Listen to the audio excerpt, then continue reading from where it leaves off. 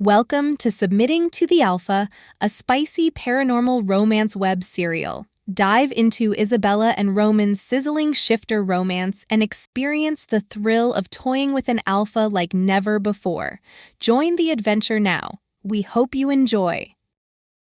Chapter 43, Isabella. I cried out every single emotion I had felt this past month. Hurt, betrayal, sorrow, rage, passion. My fingers grazed against my necklace, sending a wave of heat through my body. It felt different around my neck. It meant something now. Roman pulled me to his chest, placed a kiss on my forehead, and massaged my scalp. "Why are you crying, my dear Isabella?" I threw my arms around his neck and held on for dear life. Roman wanted me. He really did. He might have still been angry at me. I didn't know. But this necklace, and lying in his bed with his strong arms wrapped around me, proved he still wanted me. "I thought you were going to reject me," I whispered through my tears. "Reject you?" He pulled away enough for me to see him, but I pulled him closer. "What made you think I'd reject you?" My lip trembled. "Because you let Vanessa into your home. You told me to leave without even placing the necklace on me. You refused to mark me. I didn't hear from you for a whole month." He pulled me closer to his chest, lips against my ear. "I waited 3 years for you. I would never reject you, especially since this is all my fault." When I stopped sobbing and my body stopped shaking, I pulled away from him and stared into his golden eyes. I needed to tell him everything. I didn't care if it hurt him. I didn't care if he didn't tell me what happened here. I wanted the air to be clear between us. "I was going to let Raj mark me." "I know," he said tensely. "I could smell him on you."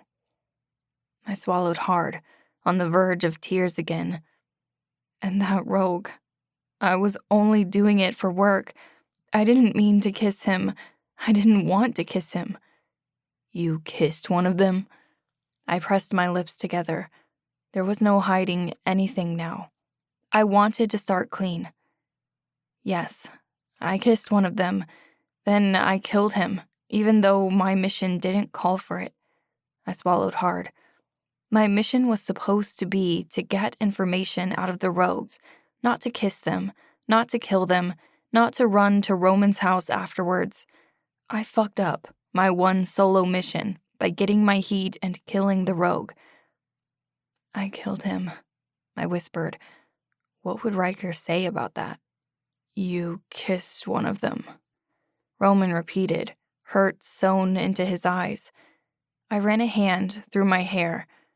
I should be back at the Lycans now, reporting to Riker that I failed the mission, but I wanted to be here, with my mate, who was now seething because I told him I kissed that rogue. "Roman, stop," I pleaded. "It was for my job." He stood abruptly, tugging on his sweatpants. His teeth lengthened into canines, and he eyed my neck. My body shuddered just thinking about him plunging them into my flesh and claiming me. But instead, he stormed right out of the room and slammed the door. I grabbed his shirt and followed him down the hallway. "Roman, where are you going? I don't want to continue playing this game. Come on." This was ridiculous. I didn't even want to kiss him, but I had to, for work. "Roman, please." The muscles in his back were tense. "Isabella, don't follow me. Please." He shut and locked his office door. And just as it did, the bitch herself walked out of her bedroom, dressed in only a t-shirt, Roman's t-shirt, the same one from the day at the cafe. She smirked at me, her red painted lips curling into a smirk. "Isabella?" She furrowed her brows together. "What are you doing here?" I glared at her. "You need to pack your bags and leave." Leave? She grabbed my chin, inhaled deeply, and smirked. You don't make the rules around here, Izzy. Roman does. And Roman wants me around. I snatched her elbow and twisted it, making her yelp. 1, I'm not in the mood for you. 2, I'm not going to take your shit anymore like I used to. 3, if you touch me like that again, I'll pull your shoulder out of its socket so fast that you won't even know I did. I released her elbow, and she pulled it back, then knocked on Roman's office door. Roman! Her voice was so high-pitched and squeaky, I thought I was going to lose my mind. Roman! He growled from inside his office. Leave, Vanessa. She pouted her lips. Please, Roman. I'm not going to tell you again. She marched straight out of the hallway and slammed her door shut. What was the goddamn point of that? To get on my nerves? I pounded my fist into the office door. Roman, let me in. He growled again, and my wolf purred for him. Stop acting like a child.